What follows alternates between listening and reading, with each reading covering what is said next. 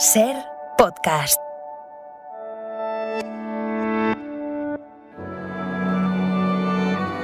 Bienvenidos a Sucedió una noche, un programa dedicado al mejor cine de todos los tiempos. I wanna hide from the sun, I wanna live in the dark, I wanna go to the movies. Nobody's waiting outside, but I feel alright, 'cause I'm here on my own. I can kiss Marion and Jane, I can sing in the rain, I can be Superman. I'll never come out again. Las estrellas míticas, los grandes directores, las películas inolvidables. Dirige y presenta Antonio Martínez. Muy buenas a todos y bienvenidos a Sucedió una noche. Tenemos por aquí el sumario del programa que os contamos en un minuto y entramos rápidamente en materia. Vamos a recordar que hace 60 años se estrenaba una de las mejores películas del género de fugas, La Gran Evasión. Nunca me canso de ver a Steve McQueen. Creo que he visto todas sus películas, al menos 3 veces. Nuestra enciclopedia curiosa del cine viene hoy bastante fiestera. Yo solo veo gente de blanco y rojo y vaso de calimocho. Pues eso es porque nos va a hablar de los Sanfermines en el cine, por supuesto. Charlaremos con el director Luis Tinoco y en la sección de Cine Incómodo, Jack Bourbon nos trae una de las películas más perturbadoras de la historia, Irreversible, de Gaspar Noé. Es duro. Nunca crees que te pueda pasar. Y cuando de repente pasa, uno pierde la cabeza. Como veis, historias de lo más variado, así que empezamos. I wanna hide from the sun, I wanna live in the dark, and I'll never come back. El espectáculo está a punto de comenzar. Pero no se alarmen ustedes, no les cobraremos la entrada.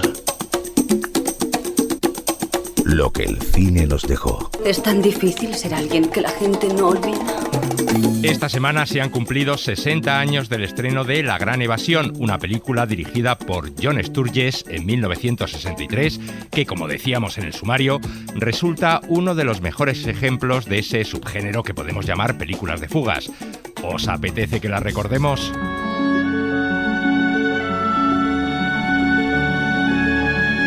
La Gran Evasión está basada en los hechos reales ocurridos en 1944 durante la Segunda Guerra Mundial en el campo de concentración Stalag Luft 3, situado en Polonia. Un campo en el que todos los prisioneros eran oficiales o suboficiales de aviación de los ejércitos aliados. Este es un campo nuevo, construido para retenerle a usted y a sus hombres.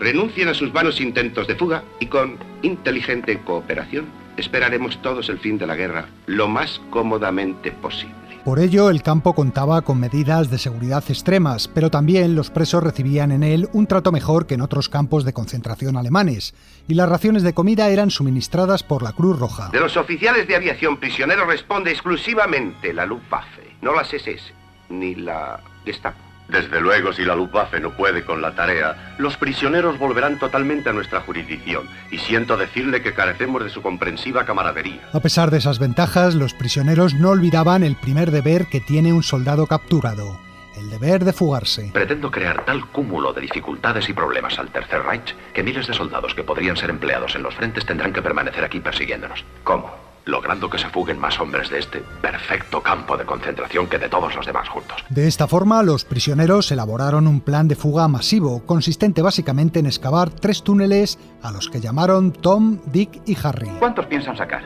250. 250 hombres andando por la carretera, así de fácil, ¿eh? Bueno, por la carretera o a campo a través, e incluso en el tren. Tendrán documentación falsa, trajes, mapas, brújulas, comida. Cavar no era un problema, ya que se trataba de arena húmeda en la que se podían usar incluso las manos y no tenían que utilizar apenas herramientas. Otra cosa era el mantenimiento de los sistemas de ventilación, la instalación de iluminación o el hacer desaparecer la arena extraída. Bonito jardín está haciendo, señor. Siga.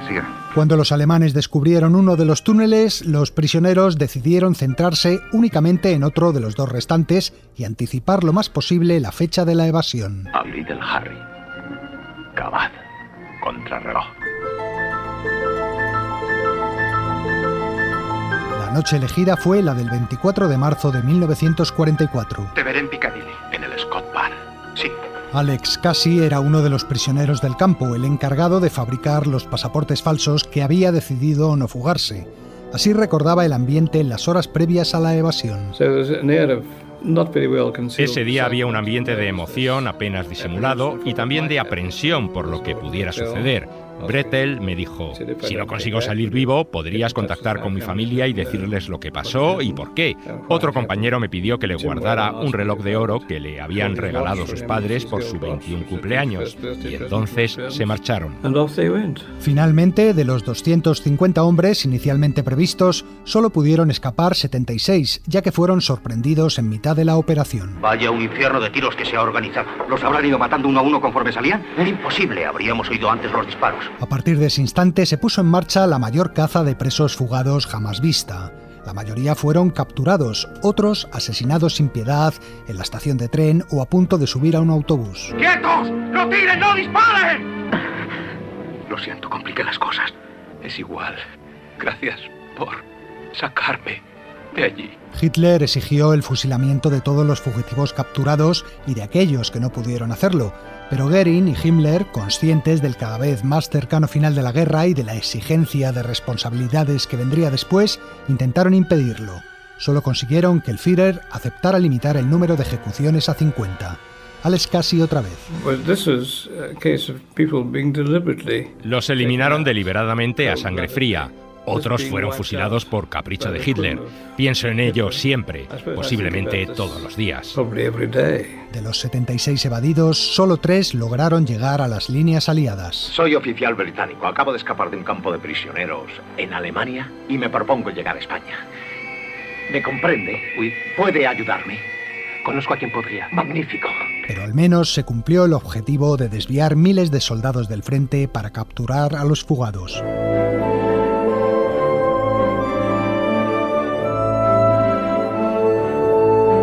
La película de John Sturges se basaba en el libro homónimo de Paul Bridhill, que contaba con todo detalle la fuga.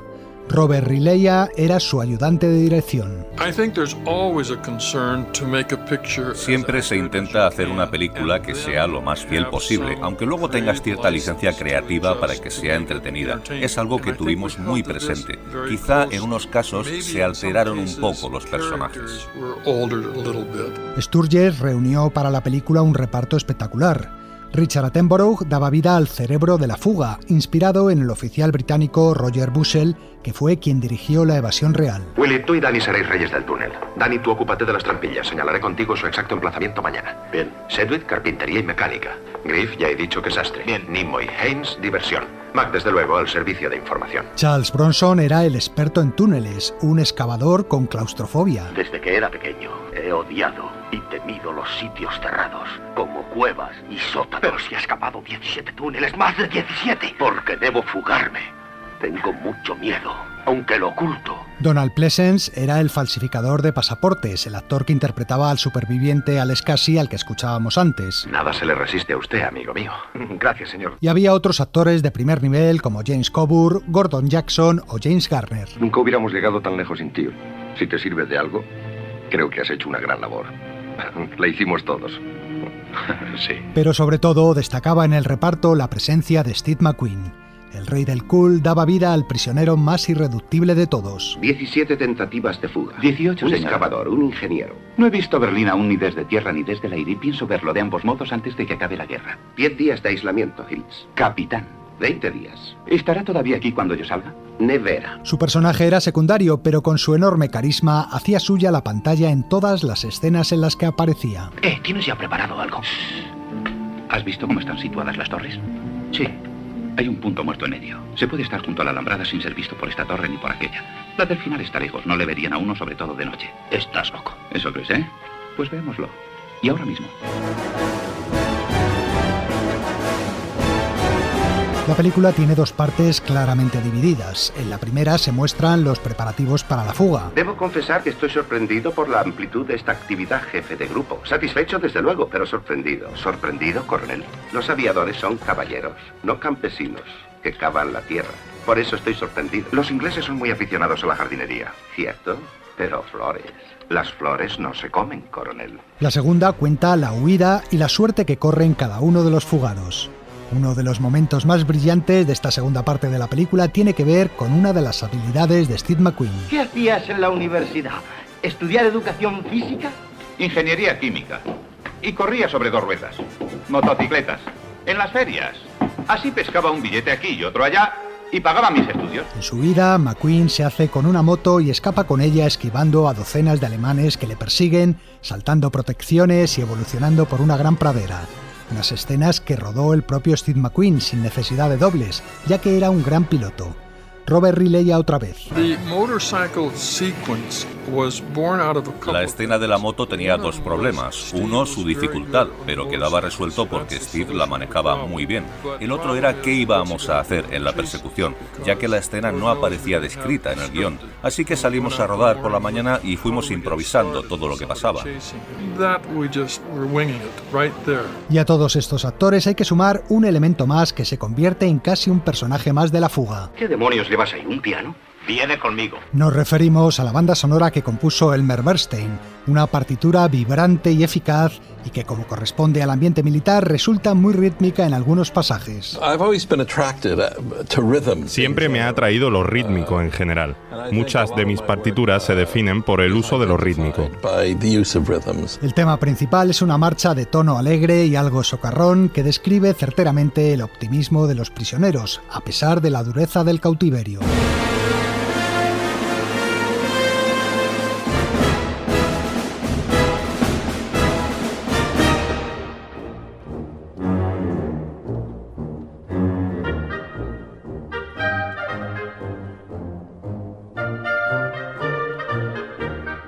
John Sturges mezcló de manera ejemplar aventura, heroísmo, drama y humor en una historia que transmite sobre todo compañerismo. Todo esto, la organización, los túneles, Tom y Harry, me daba alientos. Incluso cuando nunca había sido tan feliz. En definitiva, cine de entretenimiento inteligente y de calidad, de cuando el buen cine de evasión no necesitaba de superhéroes ni grandes efectos especiales para mantener al público sin despegar los ojos de la pantalla. El final de la película se ajusta a la historia real de lo sucedido. El personaje de Steve McQueen es uno de los supervivientes. Tuvo suerte, Hills. ¿Suerte? Pues no será porque yo no. ¿Cuántos? 50. Después de todo, parece que usted verá Berlín antes que yo. McQueen es enviado una vez más a la nevera, pero en ese momento la optimista marcha de Bernstein vuelve a aparecer para acompañar su entrada en la celda, convirtiendo de esta forma el fracaso en epopeya.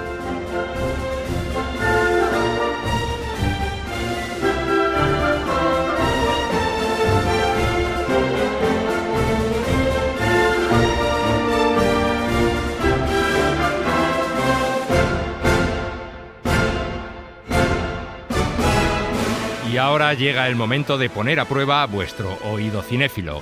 Estas son las 3 películas que os retamos a que adivinéis esta semana. Te pongas como te pongas, tu padre te obligará a casarte con Susan. No se lo aguanto ni a mi padre. Quédate conmigo un momento. No soporto estar solo. Ya. Bañarse es una acción solitaria. ¿No es maravillosa la vida? Sí, Arthur lo es. Lávate los sobacos. Un baño caliente es estupendo. Los chicos son más estupendas. Sí, imagínate un baño caliente con una chica. Once in your life you find her, someone who turns your heart around, and next thing you know you're closing down the town. Wake up and it's still with you, even though you left your way across town, wondering to yourself, hey, what have I found? When you get caught between the moon and New York City, I know it's crazy, but it's true. Soy Lanzarote del Lago, hijo del rey Van de Benoit. ¿Dónde está Benoit? En Francia. Entonces, ¿qué hacéis vos en Inglaterra? Vengo en busca de un héroe llamado Arturo Padragón. ¿Qué haréis cuando lo hayáis encontrado? Salir con él en busca de aventuras. ¿Qué esperáis descubrir? Oh, gigantes y unicornios. Más allá de Inglaterra, el Mar del Norte y ballenas brujas. Y aún más lejos, las Islas Felices donde nadie envejece.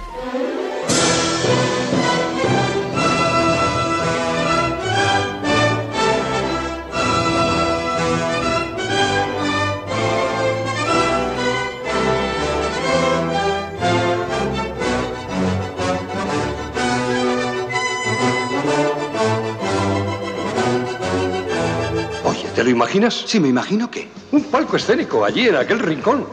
Y una gran orquesta, como en los años 40. No, eso ha desaparecido como los estribos de los coches. Allí, un gran grupo de rock and roll. Estamos en los años 80.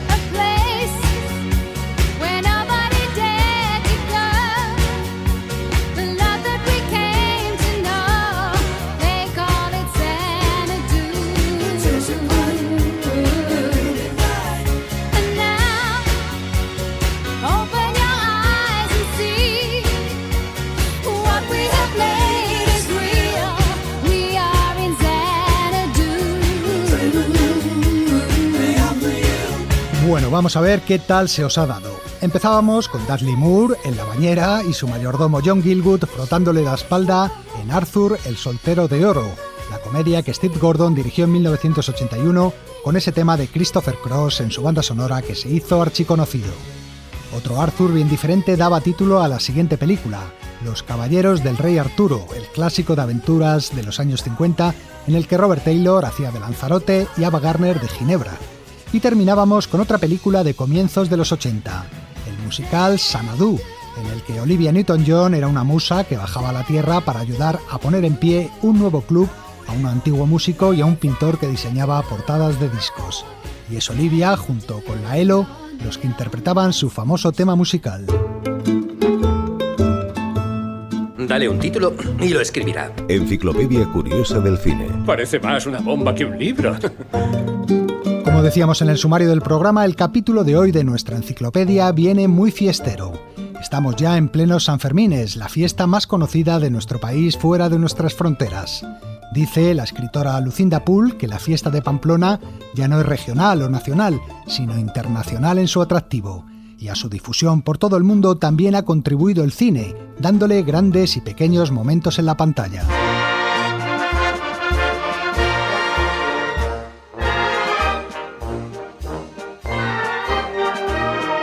El principal responsable de que los Sanfermines sean conocidos en todas partes y de que las imágenes de sus encierros se vean desde la India a la Polinesia es un escritor norteamericano. Hemingway.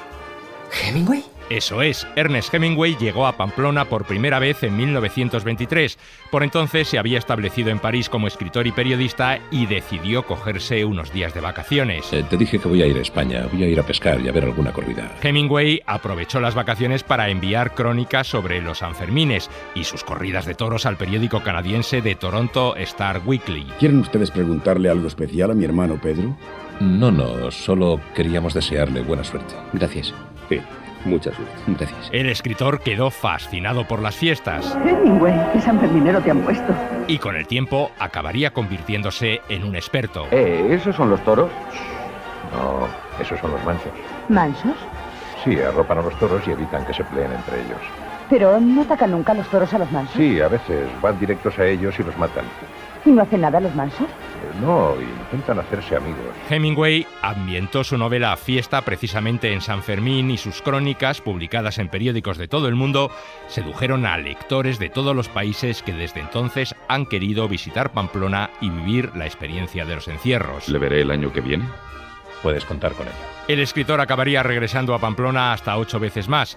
En las fotos de ilustres visitantes de las fiestas se pueden ver a numerosas estrellas de Hollywood, estrellas como Gregory Peck, Sean Connery, Ava Gardner, Henry Fonda, Anthony Quinn, Deborah Kerr o Lauren Bacall, por citar solo algunas. Uno de los más asiduos y también gran aficionado a los toros como Hemingway era Orson Welles. La Asociación Vinícola de Jerez ha impuesto en el transcurso de un emotivo acto la medalla de socio de honor al famoso cineasta y artista conocido por el tercer hombre, Orson Welles. Orson Welles emprenderá viaje hacia Pamplona, donde proseguirá el rodaje de Don Quijote, adaptación de la célebre novela de Cervantes que relata las hilarantes aventuras del famosísimo hidalgo y su escudero Sancho Panza. Welles rodó en 1945 su versión de El Quijote, película que quedó inacabada y que no pudo verse hasta 1992, cuando Jess Franco recopiló y montó todo el material rodado por el director. En su versión, el hidalgo caballero era trasladado al siglo XX y en unas escenas Sancho, que se había separado de su señor, le buscaba en Pamplona y acababa corriendo por accidente un encierro. Mira ese, ¿pero qué hace? ¿En pedacicos lo van a dejar? bajar. Parece Sancho Panza. Tú, el del gorro, quítate de ahí, que te van a deslomar. ¿Pero qué pasa?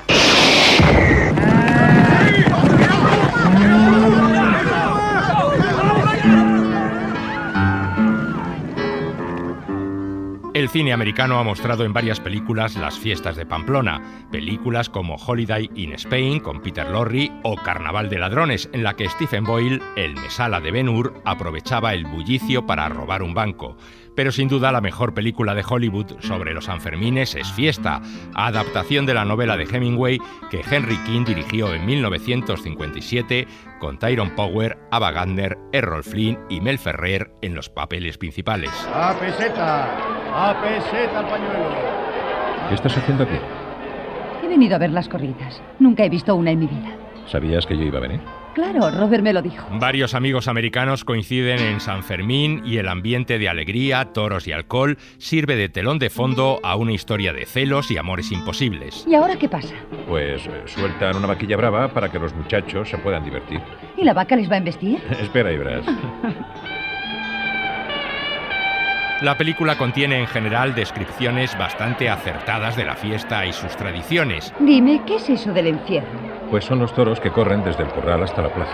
Sirve para que los jóvenes tengan una oportunidad para demostrar su valor. Es una costumbre maravillosa. Aunque también muestra su extrañeza por algunas cosas. Buenos días. ¿Qué hora es? Las 6:30 en punto. Oh, qué hora tan absurda de levantarse. ¿No podrían hacer todo esto un poco más tarde? Deberías haber estado levantada toda la noche, como nosotros. Fiesta, en realidad, no se rodó en Pamplona, sino en México. A la capital navarra solo vino un equipo para grabar planos de recurso y ninguno de los actores llegó a pisar la ciudad. El público americano no se dio cuenta del cambiazo, pero Hemingway sí, y se enfadó mucho. En especial por una cosa. Dicen que los toros son buenos. Muy buenos. Pues la verdad es que no. El escritor decía que los toros eran tan pequeños que sospechaba que les habían puesto cuernos de pega para rodar la película. Decirle que los toros de esta tarde no tenían cuernos. Vamos, Jay, dile que los toros de esta tarde no tenían cuernos.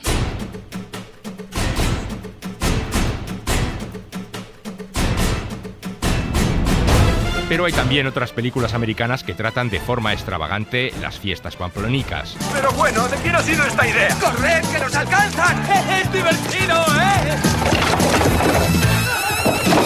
En Cowboys de Ciudad, tres amigos cuarentones encabezados por Billy Crystal buscaban vivir nuevas experiencias y al comienzo de la película corrían un encierro, carrera que terminaba con una cornada en el trasero de Billy. Sobre todo, no cosa nada que deba permanecer abierto, ¿de acuerdo?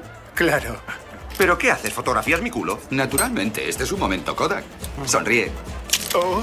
Oh, estupendo. Ciégale con el flash. Phil, deja que conserve la poca dignidad que le queda, ¿quieres? Como en Fiesta, tampoco los actores de Cowboys de Ciudad fueron a la capital navarra, ni siquiera su director, ya que el encargado de rodar los pertinentes insertos documentales fue Fraser Heston, el hijo de Charlton Heston. Nos lo contó su padre hace unos años. El jefe de la compañía que produjo esta película es un compañero de colegio de Fraser y dijo: Fraser, tú tienes que filmar estas escenas porque eres el único director americano que ha corrido el encierro en Pamplona. Bastante más absurda resulta todavía Noche y Día, una película de 2010 protagonizada por Tom Cruise y Cameron Díaz. Parte de la acción transcurre en España. Un cartelito nos dice que estamos en Sevilla, pero al momento se escucha esto. Un grupo de mozos vestidos de blanco y con el pañuelo rojo al cuello baila y canta por las calles. Jordi Moya, que da vida al malo de la película, enseguida nos informa. Hoy es el día en que se celebra San Fermín. ¿Alguna vez ha presenciado una corrida de toros? A partir de ahí comienza una delirante persecución por las calles que en realidad son de Cádiz, con Tom Cruise y Cameron Díaz montados en una moto y Jordi Moya en un deportivo pisándoles los talones. Persecución que se mete en medio de un encierro, sorteando morlacos y corredores. ¡Ahí está! ¡Por aquí, sígueme!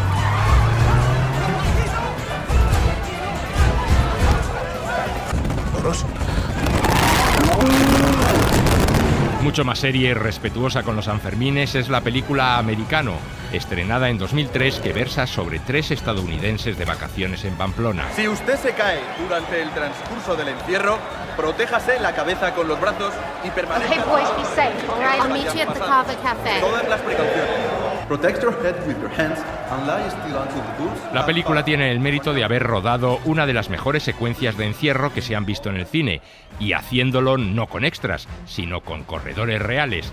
De hecho, el protagonista, Joshua Jackson, sin especialista que le doblara, tuvo que ponerse delante de los astados en escenas de bastante riesgo.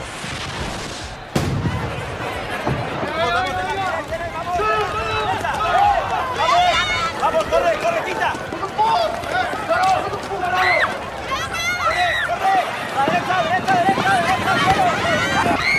También resulta curiosa una película india titulada Solo se vive una vez, que se convirtió en la más popular y taquillera de Bollywood en el año 2012. La última parte de la película transcurría en España y los protagonistas acudían primero a la tomatina de Buñol y después a San Fermín. Así se encomienda uno al santo antes de correr el encierro en idioma hindi. El Sant Fermín, मेरी रक्षा करना। साले अगर मैं मर गया ना, तो मेरी भटकती आत्मा तुझे इतना सताएगी। Lógicamente es el cine español el que más veces ha mostrado la fiesta en sus imágenes. ¿Estás contenta, Vicen? Sí, Antonio. A ver si pasan pronto estas horas y nos vamos a la estación. Tengo unas ganas de llegar a Pamplona, de que nos quedemos solos. ¿Te das cuenta, Vicen? Solos tú y yo. Solos en un sitio donde nadie nos conoce. En un rincón para querernos, película de 1967 con guión de Rafael Azcona, una pareja de recién casados decidía pasar la luna de miel en Pamplona. Pero claro, en estas fechas era imposible encontrar un alojamiento libre. ¡Oiga! Que si se arreglan con una de 2 camas. ¡Sí! ¿No te lo decía yo? Pero que en una de ellas ya duerme un señor. Hombre, pero ¿cómo vamos a dormir con un...? No están bien de la cabeza. En Luna de verano de Pedro Lazaga, 2 estudiantes francesas de camino a San Sebastián llegaban por accidente a Pamplona y también acababan corriendo el encierro. ¿Ha visto a mi amiga? Sí, ahora mismo acabo de chocar con ella. Se ha ido a la calle con los toros. ¿Toros en la calle? ¡Qué país! Y en la película de Rafael Gil, Tú y yo somos 3, adaptación de una comedia de Jardiel Poncela, el protagonista tenía que ir a San Fermín por prescripción médica para curar de esta forma un problema psicológico. Adolfo ha soportado viajes por todas partes, aventuras increíbles, sucesos inauditos, violencias desusadas, borracheras de pocero, todo. Pero no será posible que aguante los 7 días de San Fermín. De la época del cine de destape es La trastienda, en la que los Sanfermines eran el telón de fondo para una historia de adulterio entre un médico del Opus Dei y su enfermera. Perdone una pregunta, doctor Navarro. ¿Es usted de Pamplona? Sí. ¿Y muy sanferminero? De joven solía correr el encierro, pero desde entonces ya ha llovido mucho. Puede que mañana me dé una vuelta por la calle de la Estafeta. ¿Y usted? ¿Había visto alguna vez los Sanfermines? No, apenas llevo un año aquí. Y no he tenido tiempo de conocerlos todavía. La película se recuerda sobre todo porque en ella María José Cantudo mostró el primer desnudo integral del cine español, pero también recoge imágenes de la dramática montonera ocurrida a la entrada de la Plaza de Toros en 1975 y en la que hubo numerosos heridos y un fallecido. Al quirófano, directamente. Hay varios heridos de tórax. Han ingresado ya 5, ¿verdad? Y 2 que han ido al dispensario. Y 1 que ha muerto en la plaza. Deberían prohibir ya de una vez esa bestialidad de los encierros. Y luego hablan del capote de San Fermín. Que se lo cuenten al pobre que ha muerto. También encontramos imágenes de los Sanfermines en películas más recientes como Perdiendo el Este, en la que Julián López debía viajar a Pamplona para recuperar a su novia china. ¿Qué haces aquí? ¿Pero tú estabas en China? Sí, pero he venido a llevarte a San Fermín, pero así que venga. ¿Pero qué pinto yo en San Fermín? Si además soy animalista. ¿Que prefieres hacértelo antes con un animal que con una mujer? Rafa, que a mí me gustan las mujeres. Sí, pues no se nota, porque Chao está en Pamplona. Tienes una oportunidad de recuperarla y no quieres ir.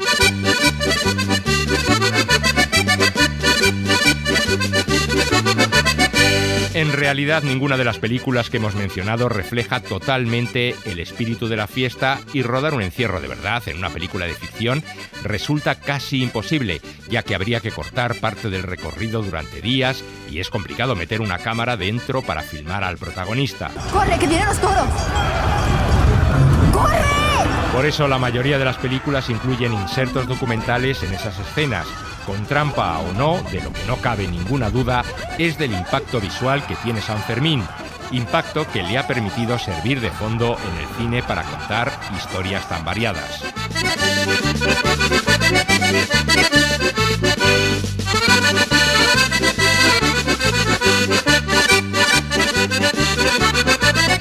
Sucedió una noche. El cine clásico en la SER. Si ese avión despega y tú no estás a su lado, te arrepentirás. Tal vez no hoy ni mañana, pero sí muy pronto y para el resto de tu vida. El cine de su vida. Es de Casablanca. Toda mi vida he estado esperando decirlo. Hoy vamos a charlar con Luis Tinoco, que acaba de estrenar como director su primer largometraje titulado La paradoja de Antares. Luis Tinoco es un especialista en efectos digitales y 3D, colaboró por ejemplo en películas como Interestelar de Christopher Nolan y en otras muchas más, pero en su primera película como director quería alejarse totalmente del mundo de los efectos especiales y hacer una película con un solo protagonista y en una sola localización. La paradoja de Antares es la historia de una joven científica que descubre una señal que proviene del espacio y que podría ser enviada por extraterrestres. Y esto es lo que nos ha contado Luis Tinoco de su trabajo.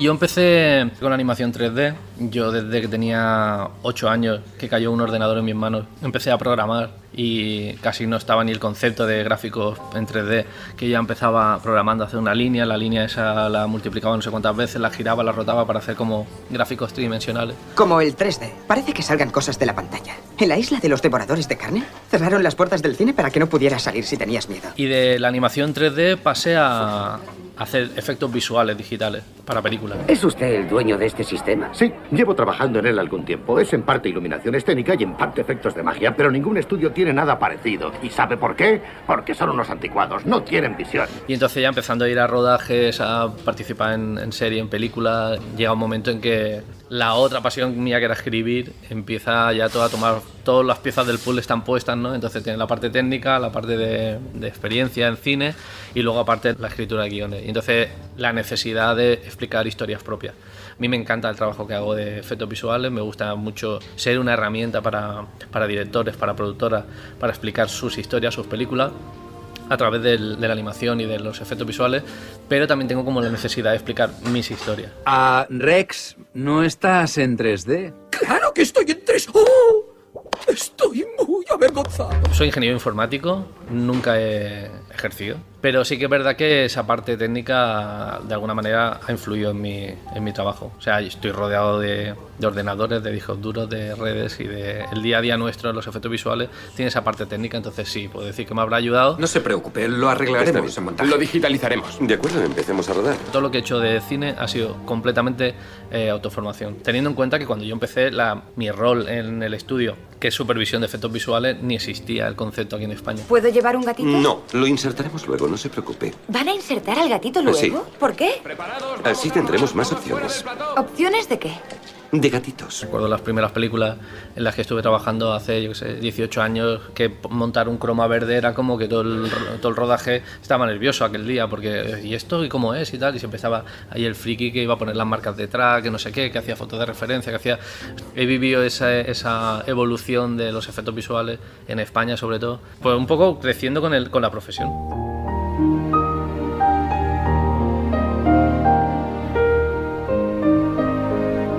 De las grandes preguntas de la humanidad, ¿no? De si estamos solos, de qué hacemos, de si todo esto tiene alguna finalidad.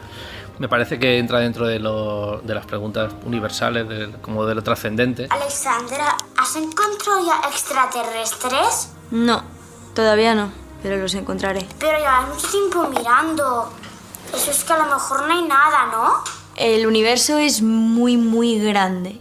Y nosotros hemos mirado una parte muy, muy, muy pequeña. Y me llamaba mucho la atención poder mezclarlo con algo tan pequeño y tan íntimo como el drama que sucede con la protagonista de esta película. Fer, estamos recibiendo una señal muy potente. Necesito que vengas echando hostias. He comprobado el on-off y viene de algún lugar del sistema binario Antares. Y solo tenemos tiempo de telescopio hasta las 12. Necesitamos 2 horas más. Llama a Poveda, pide horas extra y vente, que estoy sola. La gente me habla de Interstellar, me habla de Contact y tal. Medio se lo compro, pero no para nada era... O sea, sí llega una señal a la Tierra. Es lo único que tiene como denominador común con Contact, por ejemplo. Pero luego el conflicto de Contact, que yo creo que habla más de religión y creo que no tiene nada que ver con la nuestra. Desde que tengo memoria he estado buscando el motivo, la razón de por qué estamos aquí, qué hacemos aquí y quiénes somos. Si esta es la ocasión de encontrar aunque sea una pequeña parte de la respuesta, yo creo que merece una vida humana. ¿Tú no? Entonces, más que referencias de Contacts, Interstellar, yo estaba más por Enterrado, por Saw, por películas de una persona o pocos personajes en una localización, que era lo que me preocupaba, es cómo resolvió este realizador, este director, un guión de 2 horas en una sola localización, haciendo que funcionase el guión y sin volverse repetitivo o rutinario, ¿no?, a nivel visual. Me gusta ese reto de poder escribir una cosa que te entretenga durante 1 hora 40 sin salir de una habitación. Y Locke me parece una pasada en cuanto a eso, con un ejercicio de un tío en un coche durante 2 horas y que estés atento de lo que pasa. La verdad es que esta noche voy a ser padre. Y ella está en Londres. Así que tengo que estar allí. Está bien, Dios. Enterrado de Rodrigo Cortés me parece como ya el extremísimo, porque es una persona metida en un ataúd, o sea, no tiene menos recursos en el universo, y él con un mechero, con la luz del móvil, con tan poco, ¿no?, sacar tanto a nivel visual como el guión, que está muy bien construido, y la interpretación de Ryan Reynolds, pues era un poco eso. Mi referencia era más mirar qué hizo esta persona, o este realizador, o esta productora, cuando se encontró con el problema de rodar una sola localización y cómo puede venirnos bien a nosotros. Es la cara oculta de la luna. Esos mamones ni siquiera han arreglado el satélite de comunicaciones. Tess lo sabría, me lo habría dicho. Gepetto, despierta. ¿Crees de verdad que les importamos una mierda? Se van riendo camino del banco. Sí, yo creo que Moon, por ejemplo, es una referencia también y tiene... Nuestro caso, la ciencia ficción viene porque pasa en un entorno científico, más que la película sea ciencia ficción per se. Pero Moon tiene eso también de un personaje, una localización... Llevo aquí 3 años, tío. Conozco cada rincón de esta base, sé cuánto polvo hay entre cada uno de esos paneles. ¿Por qué harían algo así? ¿Por qué motivo? Onirical Studio, que es empresa de efectos visuales y que ofrece servicios de efectos visuales no solo aquí a España, sino a productoras de todo el mundo, que también cuando la creamos se dio de alta como productora. Es un número de productora nacional y siempre se creó con la idea de que también íbamos a generar contenido propio. Por esa necesidad mía de escribir y de explicar historias. Entonces, siempre que el tiempo nos deja y que los clientes y los proyectos nos dejan, yo siempre en paralelo voy teniendo algo de creación propia. Mis 2 primeros cortos son de animación 3D, luego hice Caronte, que sí que era de acción real con actores, y luego, por ejemplo, ahora la paradoja de Tárez, pero estamos ya, por ejemplo, ahora ya empezando como un corto que estamos de producción propia ahí en el estudio, un corto de animación 3D, que vuelvo a la animación. Es como voy intercalando. A mí me encanta el cine en todas sus formatos y facetas.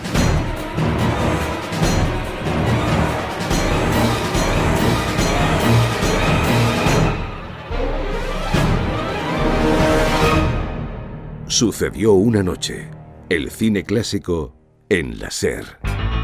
Jack Bourbon presenta Cine Incómodo. ¡Basta! No estoy dispuesta a consentir inmoralidades en nuestras pantallas. Este espectáculo degradante y depravado ha de terminar ahora mismo. Sexo, violencia, religión, política. ¿Oyes ese silbido? Es una bomba que cae del cielo y va a impactar en 400 cines a la vez. Las películas más polémicas de la historia del cine. ¿Qué tal, amigos? Afortunadamente, la inmensa mayoría de la gente considera hoy en día la violación como una de las mayores abominaciones que puede cometer un ser humano. El cine, reflejo de la realidad y capaz de ofrecernos tanto lo más sublime como lo más abyecto, nos ha mostrado escenas de violaciones en películas que a menudo han generado polémica. Estoy pensando en títulos como El último tango en París, Perros de paja, Deliverance, Kika, de Pedro Almodóvar, o Él, de Paul Verhoeven. Pero nada comparado a la crudeza y brutalidad de la película que os traigo hoy, Irreversible, dirigida en 2002 por el cineasta francés nacido en Argentina, Gaspar Noé, y protagonizada por Vincent Cassel y Mónica Bellucci. A título personal, he de deciros que de todas las películas que hemos visto en esta serie a lo largo de la temporada, Irreversible es, junto con Salò de Pasolini, la que más me ha perturbado con diferencia. En el Festival de Cannes todavía se recuerda lo que se vivió en aquella edición de 2002. Pitos y abucheos durante la proyección, aunque también algunas ovaciones, críticas feroces por parte de la prensa y decenas de espectadores indignados abandonando la sala a mitad de la película. C'est scandaleux, c'est lamentable de faire des choses pareilles. Voir une femme se faire violer pendant 20 minutes. Es lamentable, una mujer siendo violada durante 20 minutos, decía este espectador asqueado. Varias personas necesitaron asistencia médica en el vestíbulo, aquejados de mareos y ataques de ansiedad. El director Gaspar Noé se defendía como podía. Una película es solo una película, aunque a veces te vuele el cerebro. En este caso provoca una reacción emocional muy fuerte en el que la ve, pero eso no cambia nada. Y reclamaba su libertad artística para contar la historia como él quisiera. Es parte del conocimiento del hombre conocer a la bestia que se esconde en nosotros. Por su parte, el protagonista, Vincent Cassel, acusaba al festival de haber provocado el escándalo, ya que, incluso antes de comenzar el certamen, la dirección había proclamado a los cuatro vientos que se trataba de una película polémica y muy perturbadora. Nosotros no hicimos nada para crear esta situación. Hicimos una película que es la que es, pero no tratamos de publicitarla mediante un escándalo. El escándalo fue creado por el festival y ahora lo critica el propio festival, así que creo que simplemente el festival necesitaba un escándalo. No obstante, la productora aprovechó la publicidad obtenida por el escándalo para estrenar Irreversible en toda Francia al día siguiente de su pase en el festival. El resultado entre el público normal fue la misma división de opiniones que se vivió en Cannes. Mientras unos la odiaban, otros se deshacían en alabanzas. Cuando haces una película como esta, no puedes ignorar que va a provocar reacciones así. Si a todo el mundo le gustara, sería muy extraño. Conozco a gente a la que le gustará de veras y otra que la odiará. A esta última le diría que no vaya a verla. Es el mejor consejo que puedo darles. Tu me fais tourner la tête. Mon manège à moi. Gaspar Noé quería rodar una película que fuera una mezcla entre Eyes Wide Shut y El Imperio de los Sentidos, en la que una pareja practicara sexo real filmado de forma artística. Con esa intención le propuso la idea a su amigo Vincent Cassel, para que él y su pareja por entonces, la actriz Mónica Bellucci, fueran los protagonistas. Le dije a Mónica, Gaspar nos ha pedido hacer una película con sexo real, explícito, y entonces me preguntó, ¿y qué le has contestado? Pues que no. Pero, ¿por qué?, me dijo. Así que llamé a Gaspar al día siguiente para preguntarle qué quería decir exactamente con sexo explícito. Lo cierto es que hacer estas escenas con mi mujer es un plus porque no tienes que ser especialmente cuidadoso. Puedes ir directo al asunto. Lo que Gaspar Noé quería, según sus propias palabras, era hacer lo que Tom Cruise y Nicole Kidman no se atrevieron en la película de Kubrick. Damas y caballeros, una pareja que goza. La pareja decidió aceptar. Cuando Noé les dijo a los productores que tenía el sí de la pareja de moda por entonces en Francia, estos le adjudicaron al momento presupuesto y fechas de rodaje. Sin embargo, pocos días después, Bellucci y Cassel cambiaron de opinión y se echaron atrás. No se puede hablar de sexo. El sexo no es un asunto. Se puede hablar de todo, pero tú tienes una fijación. Se puede hablar de sexo, no, pero es que su fijación es que hay que contarlo todo, pero hay cosas que no se pueden contar. Exacto. El sexo es así. Hay que practicarlo, pero no contarlo. Ese proyecto se convertiría años después en Love, otra película de Gaspar Noé. Pero por entonces, ya que tenían presupuesto y fechas de rodaje asignadas, y además la pareja se sentía en deuda con el director, Noé les propuso rodar en su lugar otra película, una historia de venganza. Así nació Irreversible. El agresor ha derramado sangre, y la sangre exige venganza. La venganza es un derecho humano. No hace mucho, agredieron a una conocida mía y la violaron. Encontramos al culpable y le quitamos las ganas de volver a intentarlo. Irreversible cuenta la historia de una pareja que acude a una fiesta acompañada de un amigo, el anterior novio de la chica. Durante la fiesta, ella se enfada porque su pareja está borracho y drogado, y su ex no deja de acosarla sutilmente. ¿Estás casada? Pero si hace una hora estabas... Hace 5 minutos estabas bailando. Nada, estoy bien. En fin, está completamente cocido. Sí, eso ya lo sé. Cuídate. No me necesita. En cambio, tú sí. No me pasará nada. Venga, no te preocupes. Te llamaré mañana. No, de eso ni hablar. He venido aquí para verte. Pierre, no te hagas más daño. Pero si no me hago daño, verte es un auténtico placer. Es un placer estético. No te vayas sola, es peligroso. La chica sale a la calle y entonces toma una mala decisión. Es peligroso. Cruza por el subterráneo. Está allí. Gracias. En ese pasadizo es violada salvajemente, lo que desencadena la posterior venganza. ¿Quieres venganza o no? ¿O prefieres que le encierren? No te veo. ¿Sabes quién es? Por supuesto que lo sé. Acabamos de encontrar un bolso con un carnet de identidad. Decídete, hombre. Si nos pagas, la encontraremos. La idea de Gaspar Noé era filmar la película en 12 planos secuencias, sin guión y con los diálogos improvisados por los actores. De hecho, el guión solo constaba de 3 páginas, en las que apenas se describían las escenas a grosso modo. Pero lo verdaderamente novedoso de la película era que la historia se contaría de manera cronológicamente inversa, es decir, de atrás hacia el principio. Por eso, la primera secuencia que vemos es lo que debería haber sido el final de la película. La policía y una ambulancia a las puertas de un club gay en el que ha habido un incidente que ha provocado un muerto y un herido. Mira, Moran, mira cómo le han dejado la jeta a ese cabrón de la camilla. ¿Te han roto el brazo, chaval? Supongo que el culo también. Como Alex. Espero que te haya desgarrado y te duela. Que se desangre a gusto en su túnel de mierda. No se muevan, no se muevan. Este montaje inverso cambia por completo la percepción del público. El espectador se ve sorprendido por el salvajismo y la locura de la primera parte de la película, ya que desconoce las razones que motivan a los personajes. En cambio, las últimas escenas, apacibles y sensuales, y en las que vemos a la pareja en su intimidad, se tornan melancólicas y angustiosas, ya que conocemos previamente el destino de los personajes. Ma guarda questo culo. ¡No, para! ¡Para! ¿Dónde vai? Voy a hacer café. Hay que levantarse. Anda, tienes que ir a comprar el vino y todo eso. ¡Oh! El momento más terrible de la película llega a mitad del metraje, con la escena de la violación. ¿Vas a dejar de gritar? ¡Ni te he tocado! Ahora cerrarás el pico. Por favor, no. Cierra el pico. Déjame. Que te calles. Una escena rodada en plano fijo y a ras de suelo que dura 9 minutos y que supera en brutalidad a cualquier escena similar vista anteriormente en el cine. La violación culmina con una salvaje paliza. ¿A dónde vas, guarra? ¿Crees que he acabado contigo? ¿Eh? Pedazo de carroña. Pedazo de carroña. Puta de mierda, toma. Me voy a arreglar esa carita. Aún no he acabado contigo, todavía no. Es una escena que deja al espectador totalmente devastado. Mónica Bellucci. Gaspar acierta al hacerlo de forma tan realista. No es en absoluto una escena voyeur y eso es algo que admiro. Él puso su cámara ahí y dijo, aquí está. Esto es lo que realmente es una violación. Juzguen ustedes. No hay ningún juicio a través de su cámara. Contaba el director que la excesiva duración de la escena no fue cosa suya, ya que dejó la secuencia completamente en manos de los actores. Acepté rodar esta escena tan dura porque me sentía preparada y capaz de entrar en esa experiencia.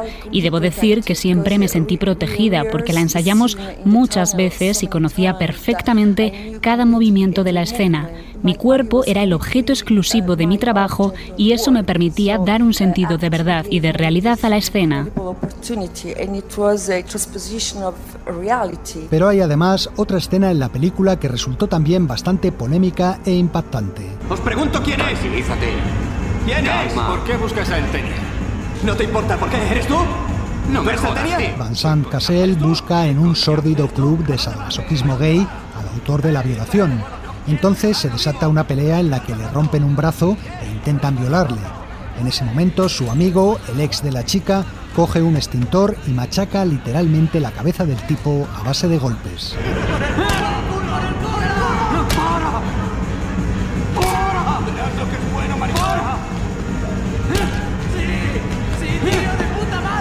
La escena se muestra con todo lujo de detalles, de manera que resulta casi insoportable para el espectador. Gaspar Noé. Los efectos fueron más complicados de lo esperado, porque nos dimos cuenta de que la cara de látex se deformaba enseguida, así que trabajamos con la cara real del actor lo más posible, añadiendo luego los efectos 3D, que simulaban cómo los golpes iban destrozando su rostro, añadiendo los trozos de carne, cerebro y sangre en diferentes estados.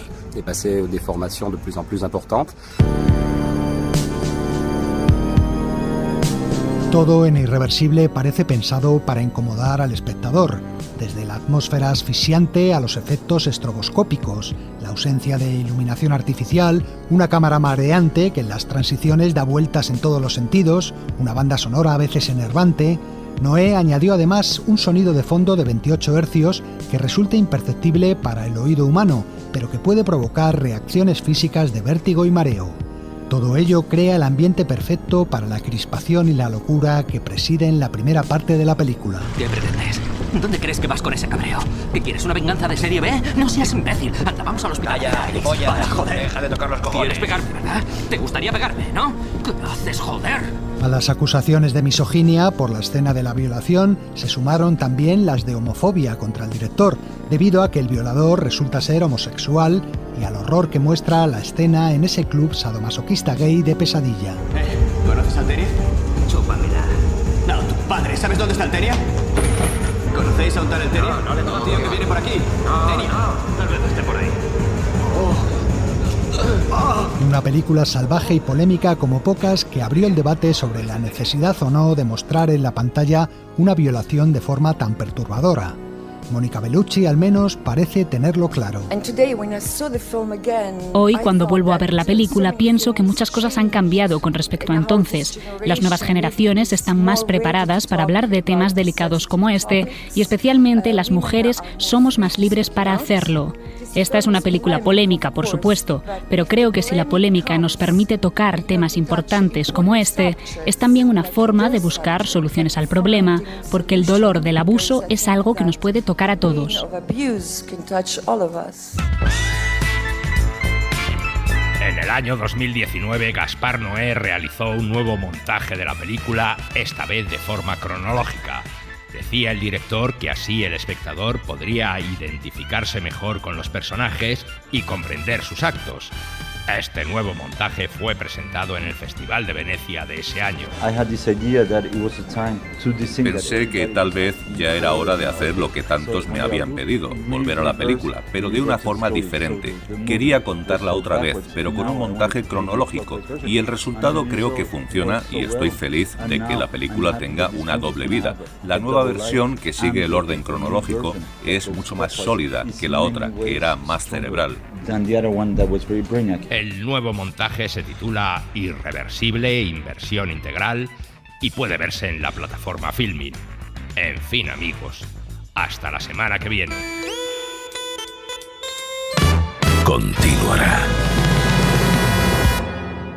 Pues esto se ha acabado por esta semana. Elio Castro y Antonio Martínez hacemos Sucedió una noche con Laura Martínez a cargo de las redes sociales y echando una mano también en las voces junto a Pascual Gozalvez. La versión de una canción de película que va a cerrar el programa esta semana corre a cargo de Loquillo y José Guardiola, con Estrella Errante, el famoso tema de la película La leyenda de la ciudad sin nombre. Y nada más, un saludo para todos y hasta la próxima. Yo nací bajo su luz fugaz. Yo nací bajo su luz fugaz. Fue una estrella errante en la noche azul que vino a señalar el triste destino de mi amor. Yo nací bajo su luz fugaz. Voy por las llanuras caminando sin cesar, largo es el camino de mi triste soledad. Yo no tuve nunca un hogar donde llegar y no sé si al fin lo voy a encontrar. Yo nací bajo su luz fugaz. Yo nací bajo su luz fugaz. Fue una estrella errante en la noche azul que vino a señalarme el triste destino de mi amor. Yo nací bajo su luz fugaz y errante siempre voy.